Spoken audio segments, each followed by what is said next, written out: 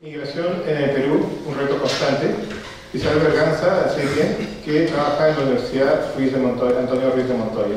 Entonces, contigo vamos a tener una charla individual y estamos felices de estar contigo ahora. Gracias.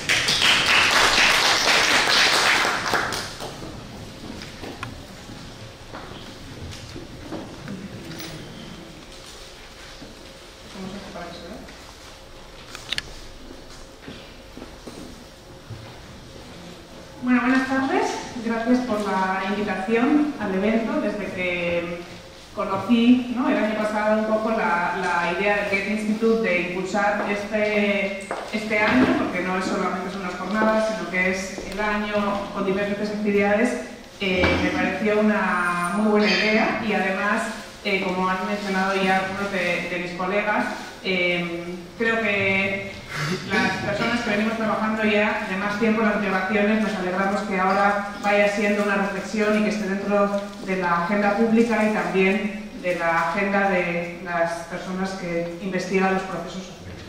Mi ponencia la titulé Migración en el Perú, un reto constante, porque lo que quiere es un poco reflexionar o plantear algunas reflexiones sobre un poco cómo el fenómeno de las migraciones en Perú ha ido cambiando, ¿no? Cómo eso nos hace como sociedad y como Estado preguntarnos sobre qué es lo que hay que implementar, ¿no? Las migraciones son un fenómeno muy cambiante, ¿no? Que hace unos años teníamos el fenómeno de los haitianos, hoy tenemos la emigración de los hermanos venezolanos, no sabemos lo que tendremos dentro de 2 años, ¿no? Entonces creo que es un fenómeno que, como tiene un rápido cambio, necesita también un Estado y una sociedad capaz de un cambio rápido, ¿no? Y eso no siempre es fácil.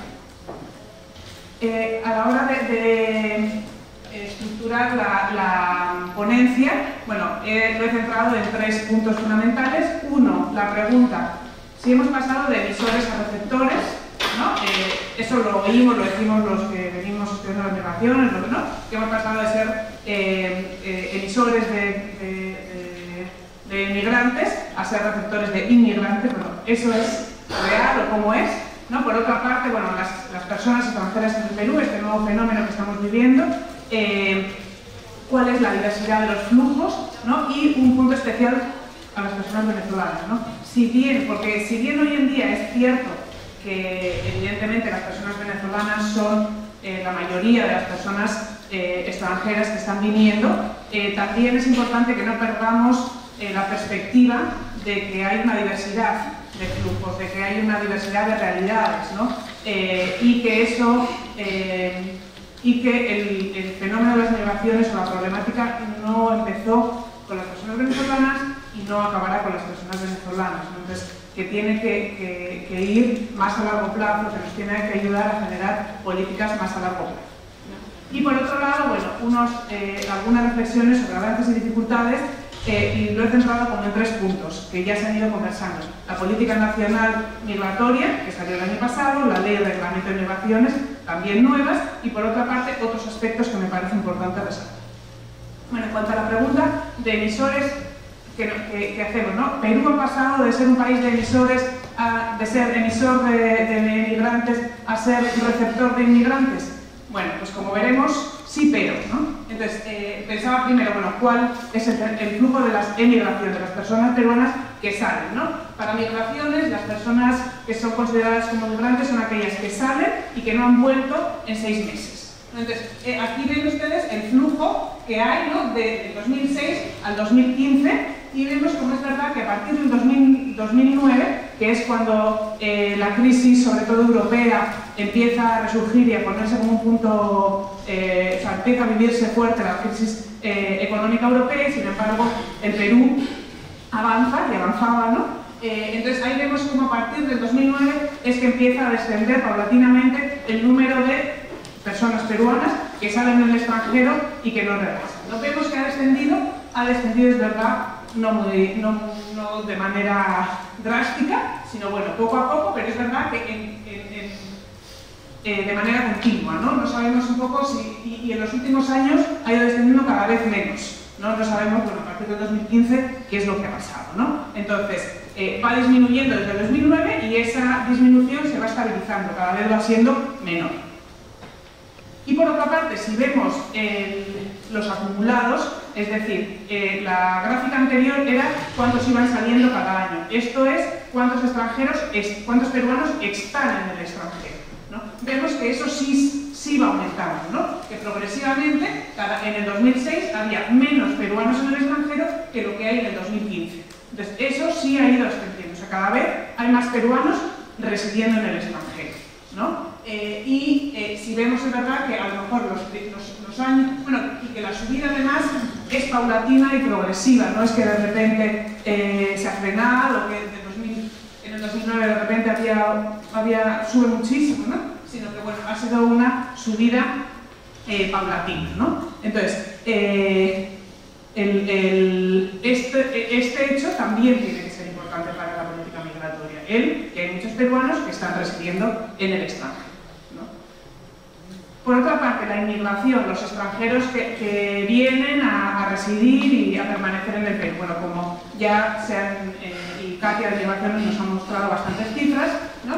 Pero bueno, en cuanto a... Yo voy a dar algunos datitos también, que la mayoría son de migraciones, porque bueno, un problema para las migraciones es que los datos, si bien han mejorado mucho, porque eso sí hay que decirlo, aún son escasos, ¿no? Entonces, todo el tema de data es importante seguir mejorándolo para poder analizar esos efectos. Pero bueno, en cuanto a carnets de extranjeros emitidos, o sea, es decir, cada año cuántos carnets ha emitido migraciones, vemos que desde 2012 a 2016 ha habido un aumento muy grande. Cada 2 años, más o menos, se duplica el número de carnets de extranjeros. Y además esto es hasta el 2016, 2017 y supongo que en 2018 los números serán mucho mayores, ¿no? Entonces, vemos que la inmigración o las personas que están con carnet de extranjería sí ha aumentado mucho, ¿no? Y esto además supone un reto grande para migraciones, ¿no? Porque de emitir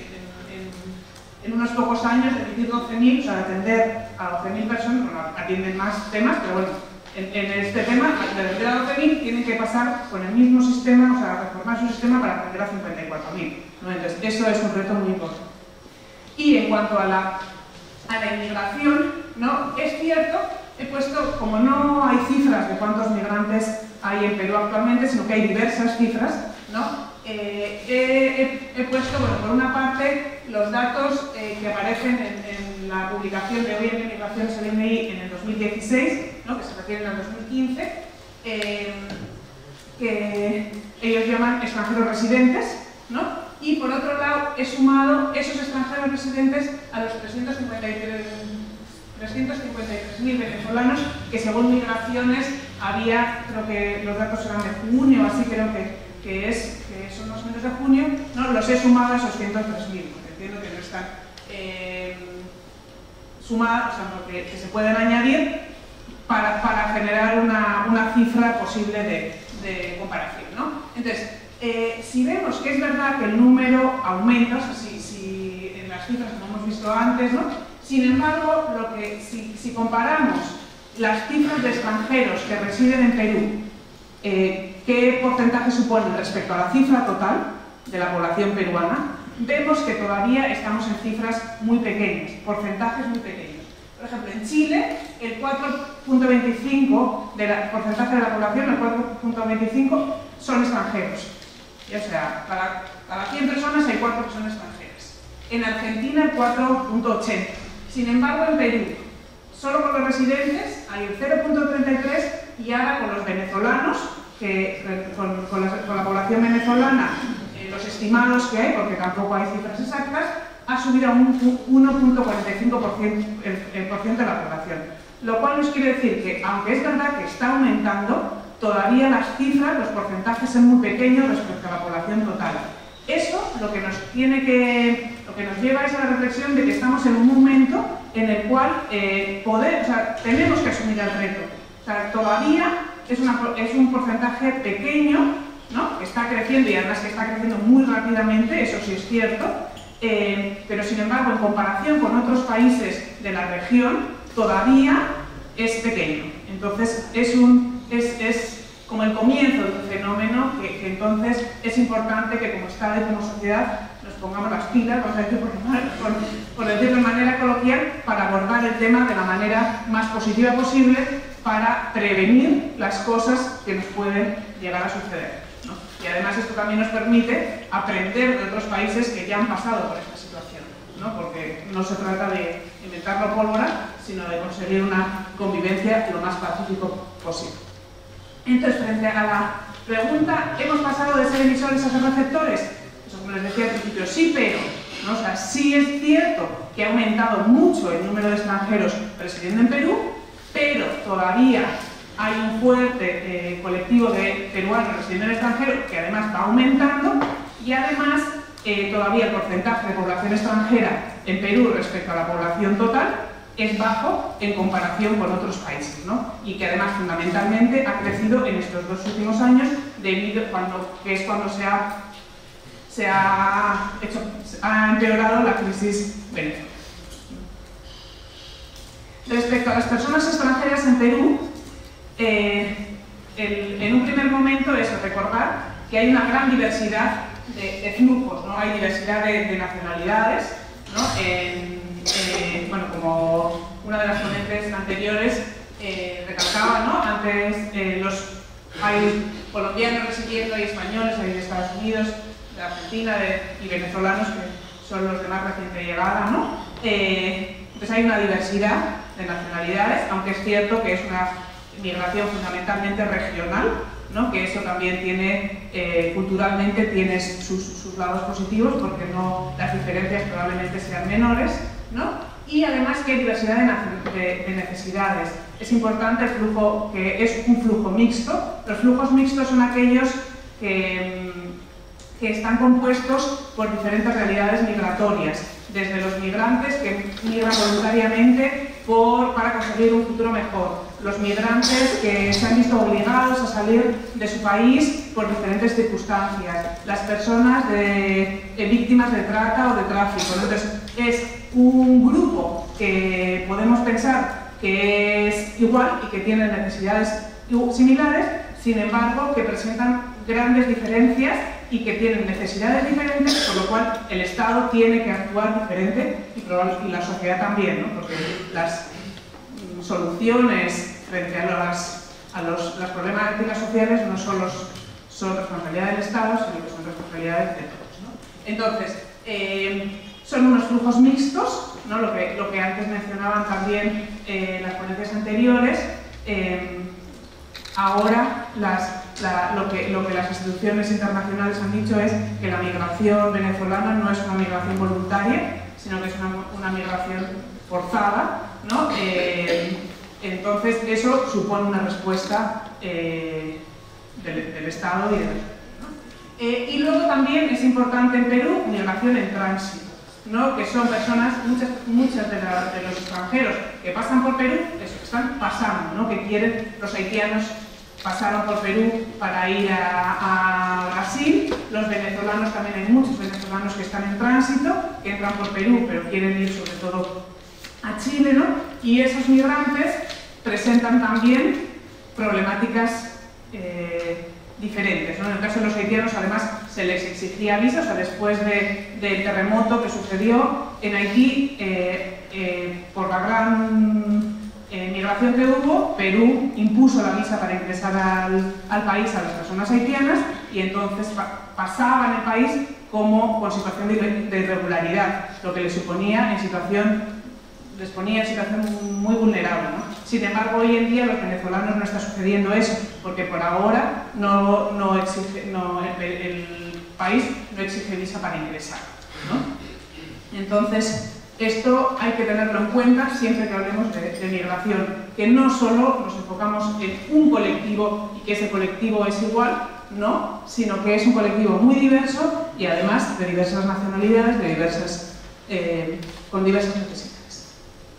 En cuanto a las personas venezolanas, algunas estadísticas así generales, fundamentalmente de migraciones, ¿no? En Perú, de todo el 2007 y hasta junio de 2018, habían ingresado 462.000 personas venezolanas, el 79% por Tumbes, ¿no? En Tumbes hay una gran,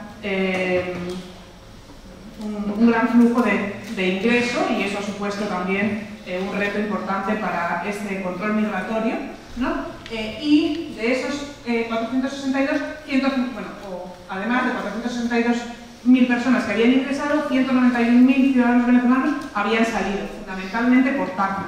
Eso nos habla de esta migración en tránsito, de esta migración que no viene a quedarse en Perú y que quiere ir a otro país. Eso no significa que no pensemos que es que cogen un autobús y van de una frontera a otra frontera. No, pueden tener situación de que no tienen dinero, entonces tienen que quedar trabajando en un spa, en una ciudad, que de repente conocen a alguien, de que tienen dificultades, le roban, ¿no? Entonces, son migrantes que no quieren permanecer en Perú.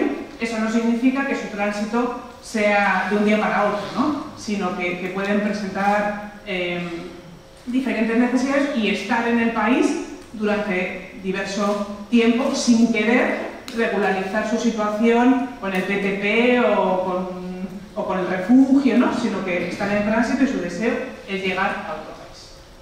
También de migraciones, de los 353.000 venezolanos que se calculan, que van en aumento, entonces estas cifras a lo mejor ya en migraciones dicen que ahora ya ha aumentado, ¿no? Pero bueno, por coger un dato de una fotografía en junio de 2018, de esos 353.000, solamente casi 52.000 contaban con el PTP, lo que supone el 15%, y 13.000 con la calidad migratoria de ciudadano residente. O sea, habían pasado del PTP a ser residente o simplemente habían hecho primero residente, ¿no? Entonces, esto implica que el 18% tienen, de esos 353.000, tienen o bien el PTP, 3 minutos, o bien el PTP, o bien la calidad de residente, ¿no? Entonces, esto nos habla de muchas personas que a lo mejor tal vez están en situación de irregularidad. Y otro tema importante es las personas venezolanas que han solicitado refugio, que son muchísimas y como veremos ahora, Perú es el país donde más solicitantes de refugio hay en el mundo. Pero para verlo esto también en perspectiva hace falta compararnos con la región, ¿no? Entonces, si vemos, además de Perú, que ha generado el PTP, hay otros países que también han generado otras formas de regularizarse para los ciudadanos venezolanos, ¿no? Y como vemos, nosotros, pues Colombia tiene muchísimas más personas venezolanas que se han regularizado, Chile, Argentina, Ecuador, Panamá, no todos ellos nos llevan la delantera de personas venezolanas ya regularizadas por mecanismos especiales, ¿no? Y en cuanto a la situación de solicitantes de refugio, como vemos, estas son cifras de ACNUR, el Perú está en el primer puesto mundial. Y, sin embargo, a pesar del gran número de solicitudes, hay muy pocas todavía aceptaciones. Y en parte, esto tiene que ver con qué concepto maneja el Ministerio de Relaciones Exteriores de refugio, ¿no? Si un concepto más cerrado o un concepto más amplio que también permite los estados que están pasando por determinadas situaciones, como de vulneración de derechos. Y bueno, algunas características, porque eso también es importante, es que esto es la frontera OIM, la mayoría de ellos cuentan con nivel educativo superior, ¿no? Lo cual tiene que generar unas políticas especiales, y de ellos 5 de cada 10 han concluido la universidad, o sea, tienen título universitario, y 3 de cada 10 tienen un nivel técnico, ¿no? Y además de los venezolanos en Lima específicamente, 7 de cada 10 cuentan con algún trabajo, de ellos el 85% dice que no ha firmado ningún contrato, por lo cual están de manera informal, ¿no? Que no hace más que seguir el patrón de los nacionales. ¿no? Pero sí que nos hacen ver que la vulnerabilidad es mucho mayor y que todo el tema de supervisión de condiciones laborales para estas personas es urgente, ¿no? 3 de cada 10 dicen que han recibido menos sueldo o que no han recibido sueldo por un trabajo que han hecho, o sea, que han recibido menos sueldo del prometido o que no han recibido sueldo, ¿no? Y ahí nos tenemos que preguntar es ¿dónde pueden denunciar estas situaciones? ¿Pueden denunciar esas situaciones? Una de las cosas, por ejemplo, que valoran muchísimo los migrantes peruanos que están en Chile es eso, es que el control de las condiciones de trabajo es muy bueno, entonces eso les supone una gran protección de derechos, ¿no? Y por otra parte, el 66% envía remesas a Venezuela. Entonces, como conclusión, y voy rápido porque todavía me queda un poquito, las personas extranjeras en Perú hay mucha diversidad. Hoy en día, evidentemente, el flujo de venezolanos y por la situación de Venezuela merece una atención especial, ¿no? Y es importante conocer los perfiles, las realidades para realizar políticas. En cuanto a los avances y dificultades de las políticas públicas, bueno, hay una política nacional que surgió el año pasado y entonces ya eso es un avance, ¿no? Y como han dicho, tiene un enfoque de derechos humanos, el enfoque es bueno, ¿no? Y eso hay que reconocerlo, pero también tiene dificultades. Y una de las dificultades mayores es que solamente está firmada por relaciones exteriores y no por migraciones. Y eso para mí es una herida desde el nacimiento, porque las dos instituciones tienen competencias en materia de migraciones. Entonces, si vemos si bien hay un objetivo para promover la integración, ¿no?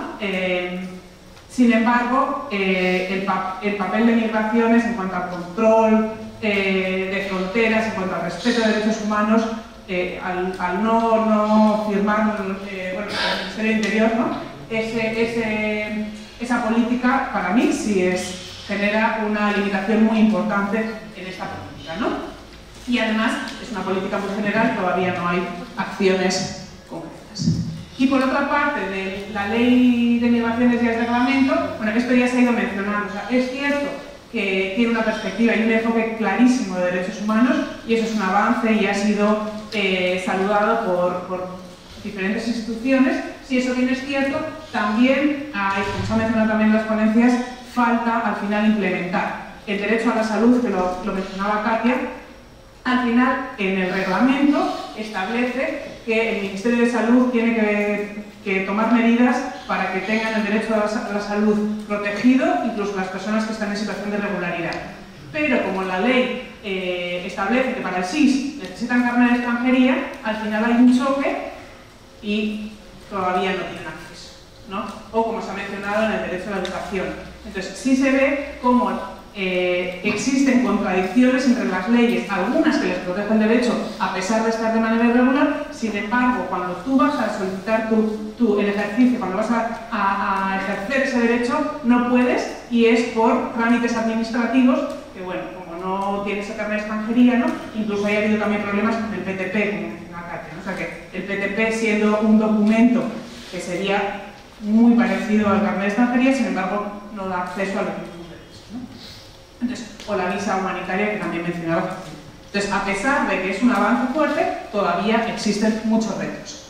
Y en cuanto a otros aspectos, los avances, evidentemente, migraciones ha mejorado muchísimo. O sea, no hay duda, han hecho atención 24 horas, saca de permiso, ahora por internet se pueden hacer muchísimos trámites, ha implementado el tema de poder presentar muchos menos documentos para acreditar las cosas, ¿no? de simplificación administrativa. Ha mejorado muchísimo en los últimos años, sin embargo, bueno, todavía tiene retos, ¿no? En cuanto a la situación de Venezuela se empezó a poner peor, el Estado actuó rápidamente y sacó una manera de regularizar a las personas venezolanas, lo cual ha sido una buena práctica y, como mencionábamos también en el café, la sociedad peruana ha tenido y tiene, yo creo, una apertura a la población extranjera y ha mostrado acogida, especialmente frente a los venezolanos, yo creo, por el vínculo que hubo en los años 80, cuando mucha gente peruana migró a Venezuela, ¿no? Y entonces eso yo creo que permanece en la memoria colectiva. Sin embargo, otros aspectos y dificultades, y con esto ya acabo, es que el sistema está colapsado, refugio está totalmente colapsado, migraciones en muchos temas también, a pesar de lo de las 24 horas, Interpol también, que para hacer los trámites y llegar a concluir los trámites muchas veces las personas extranjeras tienen que solicitar a Interpol su reporte, entonces eso hace que dificulte mucho el acceso a la documentación. Entonces tenemos un sistema que no ha, porque también ha sido un crecimiento muy rápido, entonces el sistema no ha sabido acoger, ¿no? Y también tenemos un Estado, no solamente en el sistema de migraciones, sino un Estado que no está acostumbrado a tener extranjeros en el sistema, ¿no? Y eso se nota. Yo soy española y llevo aquí 12 años y yo lo he vivido.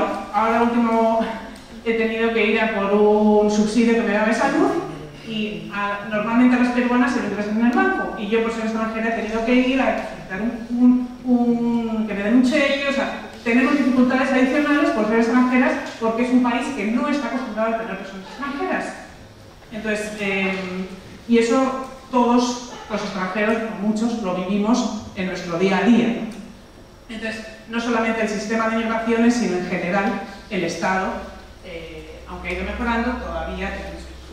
Además, también todo el tema de discriminación y xenofobia, yo creo que tenemos que tener una alerta enorme, porque sí es verdad que todavía no... Creo que es un tema que podemos prevenirlo, porque todavía no creo que está todavía comenzando. Sin embargo, ya empiezan a darse algunos indicios de que esto puede ir a peor. Por ejemplo, les puse aquí la portada de Perú 21.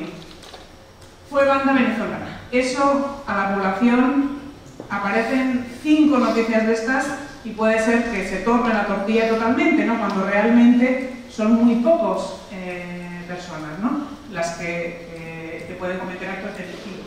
Entonces, yo creo que en eso el papel de los medios de comunicación, de todos nosotros, es bien importante, ¿no? Y yo creo que un gran desafío es el concepto que tenemos de integración. Perú es un país que no ha estado acostumbrado a trabajar la integración. Las personas que vinieron aquí del interior del país, de otras partes del país, se integraron como pudieron, si es que podemos decir que se integraron, ¿no? Pero no tenemos un concepto de integración, ¿no? ¿Qué modelo queremos? Por ejemplo, la política migratoria habla de integración, sin embargo, ¿qué es integración? No es solamente la documentación, tiene que ver también con el tema laboral, con el tema de relaciones sociales, ¿no? Las personas extranjeras que están llegando se están guetizando o están relacionándose con personas de aquí, ¿no? Los niños que están en colegios. Ya hay referencia que hay, por ejemplo, casos de bullying. ¿Qué está pasando con ellos, ¿no? Entonces, esos temas de integración que, más allá del tema legal, que evidentemente es transversal a este proceso de integración, sí nos tenemos que preguntar qué concepto de integración estamos impulsando y qué política se necesita para integrar, para potenciar eso, ¿no? A nivel cultural, a nivel de identidad, ¿no? ¿Qué políticas generamos y qué procesos de integración ellos van generando, ¿no? Entonces, bueno, pues hasta ahí mi reflexión. Siento haberme pasado un poco de tiempo.